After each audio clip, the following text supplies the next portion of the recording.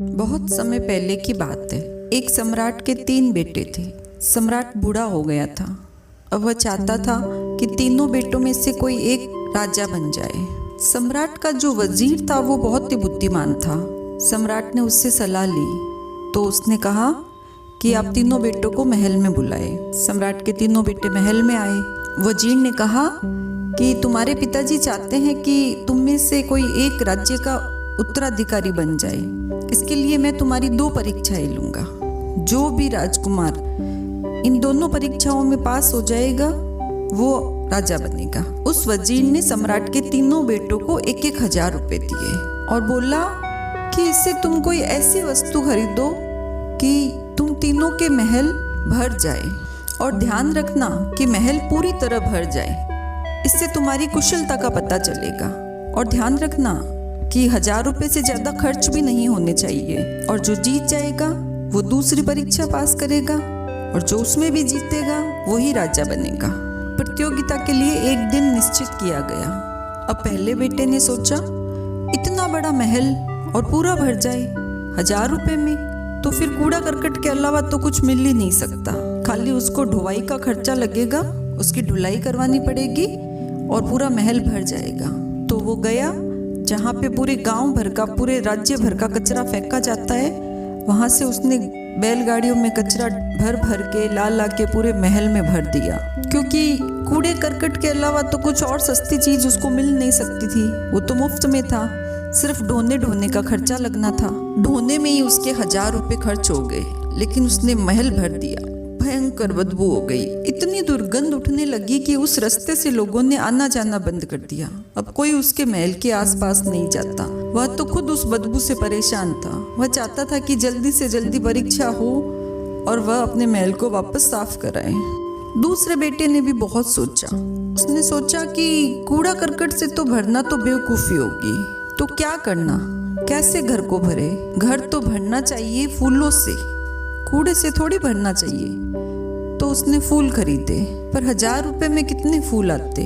महल काफी बड़ा था, तो भरना तो दूर की बात रही, बस पूरे महल में फूल चित्रा दिए, थोड़े थोड़े बिखेर दिए। तीसरे बेटे ने कुछ भी नहीं किया। लोगों ने पूछा कि तुम कुछ कर क्यों नहीं रहे। प्रतियोगिता का दिन आने तक उसने कुछ भी नहीं किया।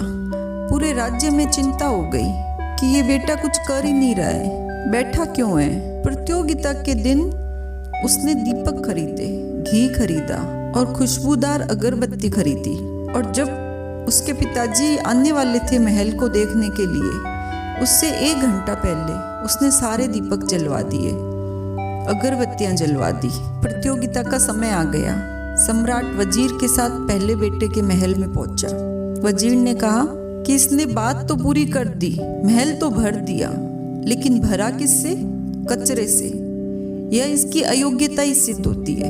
यह सिर्फ लकीर का फकीर है, खाली बात को पकड़ के बैठ जाता है, लेकिन इसमें गुण नहीं है कि उस बात का विचार तो करे।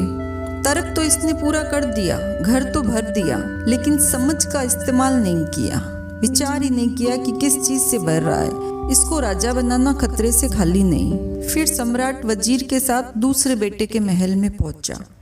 उसने फूल रखे हुए थे, लेकिन फूल मुरझा चुके थे और उसमें जो खुशबू थी वो भी जा चुकी थी। वजीर ने कहा कि ये बेटा पहले बेटे से बेहतर है, इसके पास गुण बुद्धि है।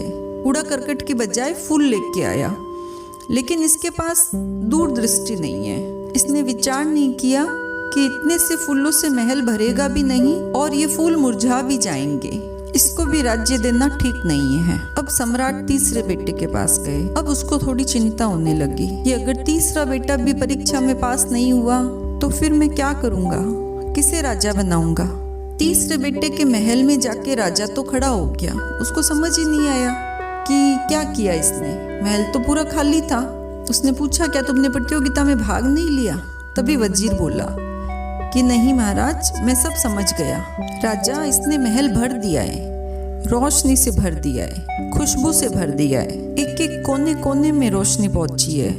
महल पूरा भर चुका है रोशनी से। महल के साथ साथ पूरा बाहर का पोर्शन भी भर दिया है। चारों तरफ रोशनी और खुशबू ही खुशबू फैली हुई है। इस बेटे के पास गुण भी है, बोध भी है, बुद्धि भी है, समझ भी है, और इसने पहले से नहीं करके रखा सब कुछ।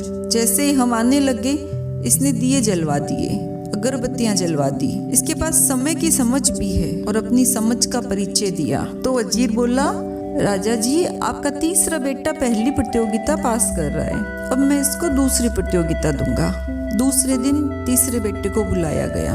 उसके सामने 2 बड़े बड़े हीरे रख दिए गए और वजीर बोला कि देख, इसमें से एक पत्थर है और एक हीरा है, और तुम्हें बिना किसी की मदद लिए बताना है कि इसमें से हीरा कौन सा है और पत्थर कौन सा है।